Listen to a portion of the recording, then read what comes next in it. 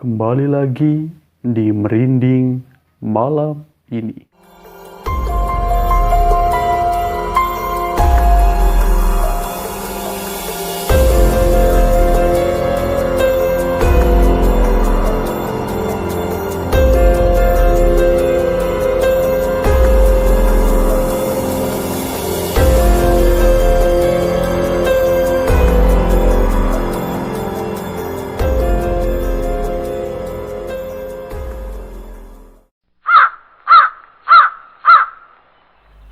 Halo, nama saya Tazri. Saya mahasiswa dari salah satu perguruan tinggi negeri di Indonesia. Saya mempunyai pengalaman mistis yang mungkin sampai saat ini masih terngiang-ngiang di pikiran saya.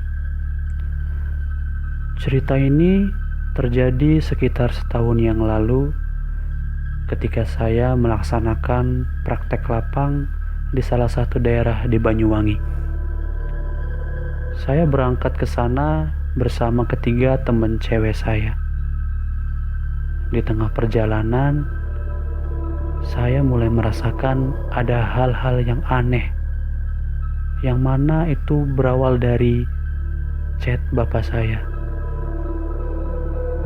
Sebelum berangkat, saya memang minta izin untuk pergi ke Banyuwangi selama kurang lebih 20 hari lah. Tapi setelah bapak saya membalas, saya kaget dan saya justru merasa takut melihat balasan chat bapak saya. Jadi intinya dia ngechat gini, ya udah, kamu nanti hati-hati di sana, jangan lupa sholat dan selalu berdoa biar dijaga terus sama Allah. Pokoknya selama kamu di sana harus berperilaku sopan, berperilaku jujur, dan yang penting jangan pernah mau dikasih makanan atau minuman dari orang yang gak kenal. Orang dulu bilang sih, kalau misalkan daerah-daerah situ tuh masih kental banget sama hal-hal mistis, kayak santet, pesugihan. Makanya bapak ngasih petuah ke kamu biar kamu selalu hati-hati selama di sana. Anjir, dalam hati, kok chat bapak saya kayak serius gitu ya bilangnya. Jadi ya udahlah, melihat chat yang kayak gitu ya saya coba mikir positif aja gitu.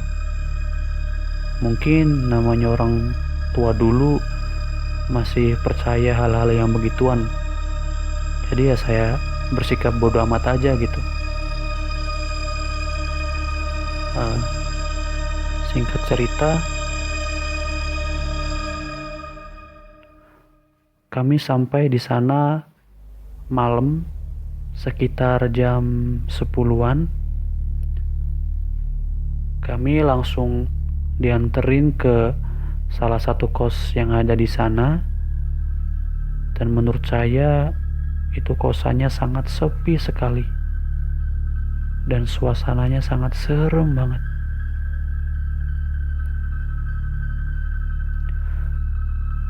Jadi posisi kosan ini tuh berada di ujung gang kecil gitu, yang mana jika kita masuk ke gang itu, kita tuh kayak harus ngelewatin kebun singkong gitu, dan itu lumayan jauh dan gelap kalau malam.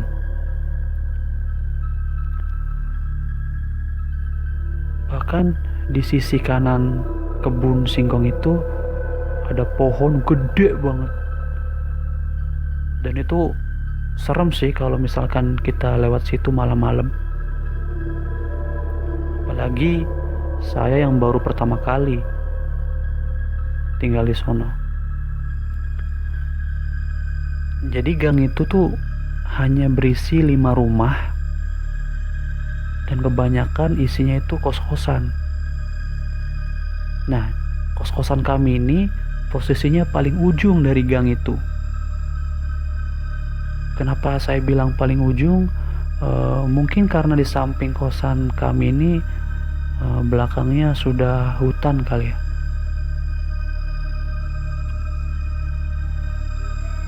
Nah, di sekitar kosan itu tuh suasananya sangat sunyi, sepi.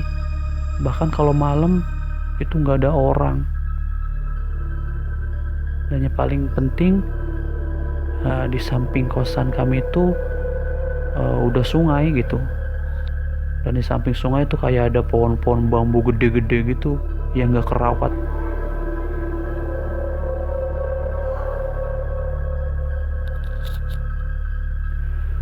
Sebelum saya masuk ke cerita, saya mau gambarin dulu kondisi kos kami ini selama di Banyuwangi.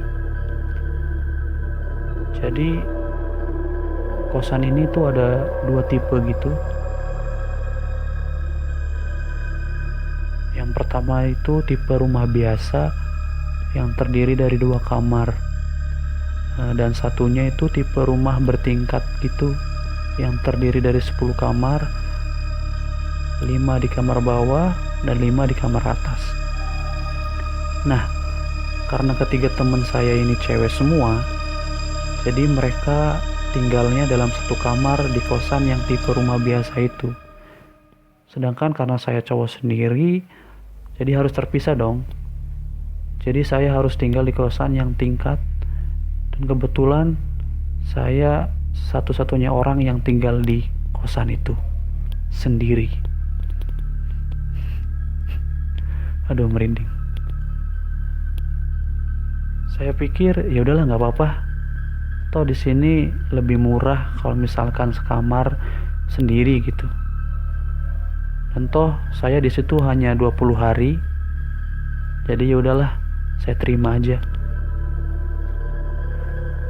Tapi karena awal mula kita datang ke kosan itu sekitar jam 10 malam dan kondisinya sudah sepi dan gelap.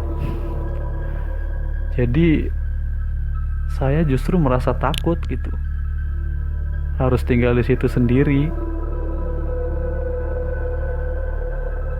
Ya udahlah, saya akhirnya setelah masuk ke kosan itu, saya beres-beres kamar. Ya niatnya sih ingin tidur cepet. Tapi kan biasanya kalau saya sebelum tidur, saya pipis dulu di kamar mandi. Nah, jadi tuh kamar mandinya itu di sudut paling ujung dari ruangan kosan bawah. Dan itu cuma ada 2 kamar mandi. Kondisi kosannya juga udah nggak layak banget sih menurut saya. Udah ketahuan jarang banget ditempatin sama orang. Jadi kamar mandinya kering. Kondisi kosannya juga lembab gitu. Napas banget saya kencing di kamar mandi. Kebetulan waktu itu emang lagi nggak ada air. Mungkin karena baru aja ada orang kali ya. Saya sih mikir gitu. Yaudah deh, karena udah kepalang takut kali ya. Akhirnya saya ya terpaksa cebok di wastafel dapur. Nah kebetulan dapurnya itu tepat persis di depan kamar saya. Nah di samping dapur itu ada tangga yang buat naik ke atas. Setelah itu saya langsung kunci kamar dan berniat tidur. Karena mungkin saking capeknya kali ya, saya langsung tidur dan lupa buat baca doa.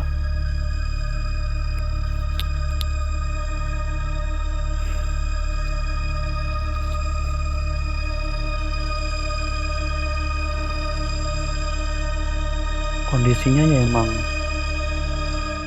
sangat dingin waktu itu. dan udah pasti sunyi banget. Karena saya takut, jadi saya nggak berani matiin lampu kamar. Karena jujur ya, selama saya di situ cuma kamar saya aja yang lampunya nyala. Jadi ya udahlah, biar nggak takut pas tidur gitu. Nah, enak-enaknya saya tidur sekitar jam 1 atau 2 gitu. Saya tiba-tiba kebangun karena mendengar kayak ada suara langkah kaki gitu yang naik ke atas tangga, dan suaranya kedengeran banget.